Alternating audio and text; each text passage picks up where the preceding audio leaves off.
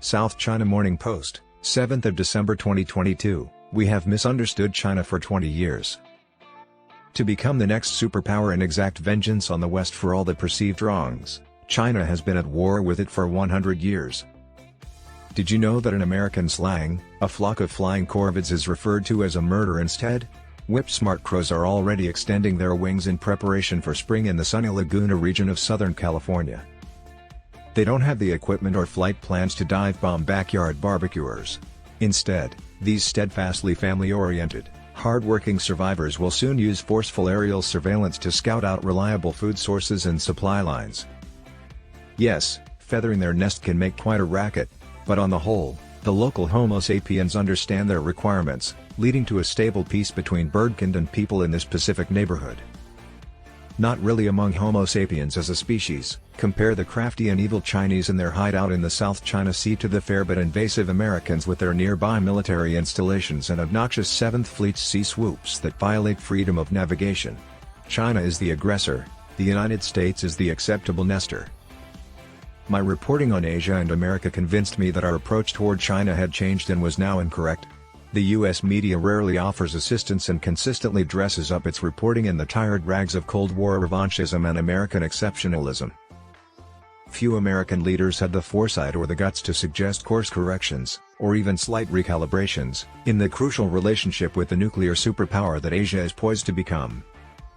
American policy toward China over the past 2 decades will not be well remembered in history for remaining inactive when the enemy was at the gate. No comprehension of China-US relations can aspire to credibility and durability by staying dormant or being the same. This is the issue that Beijing versus Washington, socialism with characteristics, and capitalism with American exceptionalism are trying to solve.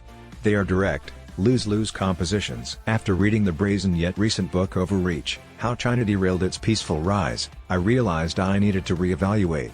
Everyone who believes they know something about China should read this book. Dr. Susan Shirk, an expert who works at the University of California, San Diego, is the author. She gained a solid worldwide reputation as a former State Department employee during the Clinton administration, with responsibility for China, Taiwan, Hong Kong, and Mongolia. She is renowned on the U.S. West Coast as one of our most discerning intellectuals. This was a brief, forgotten era when U.S.-China policy was frequently realistic and occasionally bordering on reasonable. It's important to remember history. Shirk's contribution to the recalibrating of policy is her deft parlaying of thoughtful studies into the necessity of required retreats and new, innovative approaches. For both Beijing and Washington, this is true. She begins by criticizing China, in particular its current government, for adding to the list of issues, Beijing's overreach, such as its wolf warrior diplomacy, bullying in the South China Sea, and other actions, heightens or ignites existing tensions. The West believes it must respond in some way, whether through sanctions, increased military spending, or new alliance configurations, but is constrained by the flaws in its intransigent policy thinking. Shirk traces the causes of China's derailing of its own previously announced peaceful rise back to roughly 2006 to 2009, and sharply names out the present national government. The costs to China if Xi's actions are building up, she says. There is no easy fix. China must develop methods to restrict itself. There isn't a clear answer or straightforward remedy to the issue. Even worse, does China have the best candidate in place for a position that politically shouts out for the endless zest of persistent pragmatism if China is an impossible enormous task for one man? Yes, China has endured rude and callous Western meddling and ham-fisted attempts at hegemony throughout history. Nevertheless, attempting to right geopolitical injustice by overreaching through aggressive speech and policies only serves to encourage adversaries and breed new skepticism and doubters.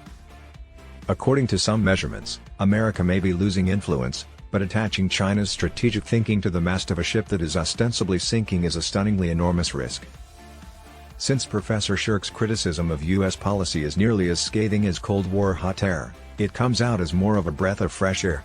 In the process, she issues a harsh, adult-level warning to both sides to coexist peacefully to prevent compromising the survival of the entire species. Why does the Chinese leadership think it must perform wolf dances on the international stage?